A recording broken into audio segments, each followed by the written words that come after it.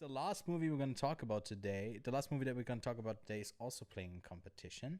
It's from Justine Triet, who's made some movies that I think so far, like if I had a look at them, like the average is usually around like a 3 point something, 3.2, 3.3 on Sure. Letterbox. So not like overly positive for someone who I guess is like in the competition here in Cannes, because we've had some directors here that have like stuff in the 250 over on Yeah. Letterbox when it comes to rating.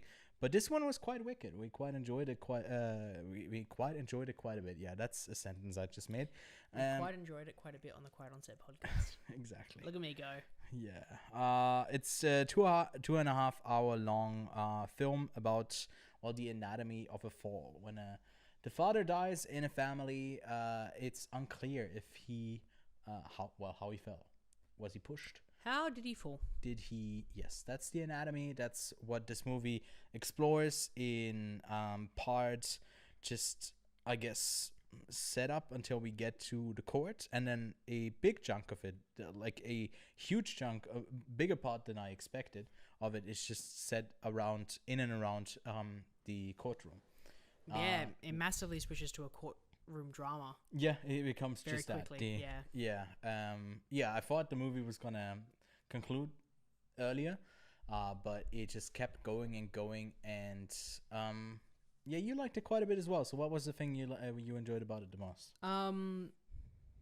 This is the current review that I'm working on for this film, titled "The Anatomy of the Fall," and basically it's breaking down all of the parts of the film. Yeah. So story, performances, cinematography,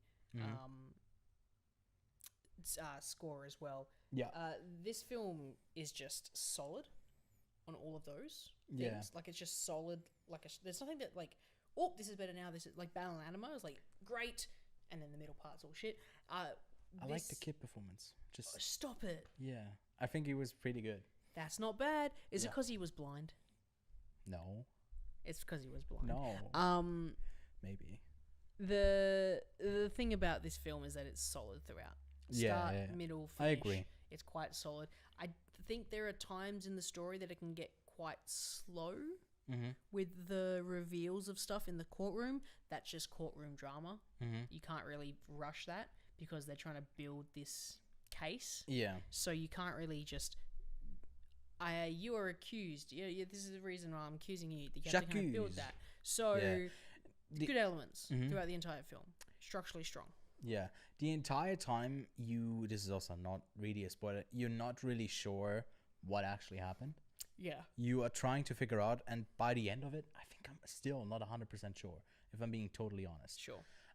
And that's what makes it really intriguing, because you follow, I guess, this mother on the journey that she goes on, where the performance is so captivating, because I think I don't like her as a person, like at all, but she's not a good person. No, but she's so captivating to see on screen, and like the way she behaves, how cold she is, and you can kind of see all of those little things that, because we are basically getting it mostly from her perspective, other than like when the incident happens, right? Yep.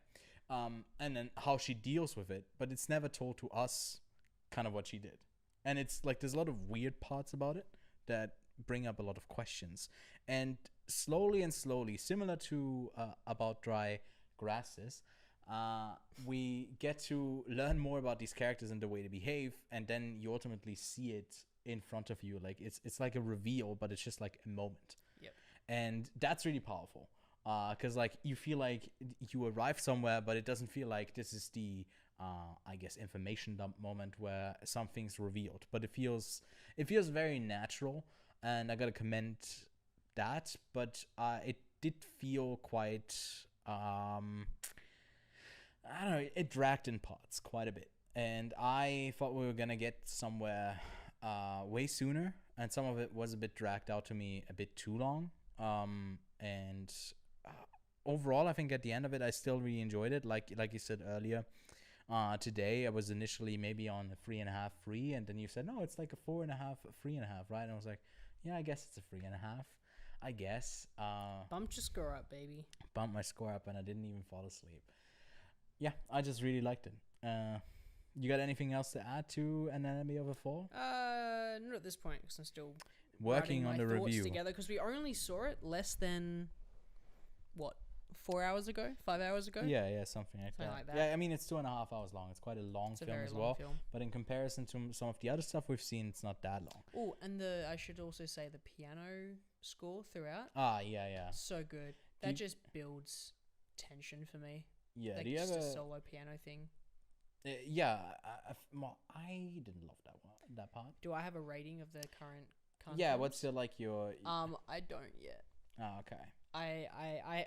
We'll get to that later then. I started putting it down, but I haven't continued on. I mean, we've gone through it in this entire live stream. But I mean, if you want my number one, it's currently Zone of Interest. It's also my tied number one with May December, and I got About Dry Grasses, How to Have Sex, Simple comme ça va, which is The Nature of Love, and then Monster up there. Yeah, Killers of the Flower Moon next, and I think from there on out with Occupied City, it's a bit harder to recommend to people. So that's at the top of my list. I think it's pretty much a shared list. You might have seen some films that I haven't seen, but they never went like above a 4.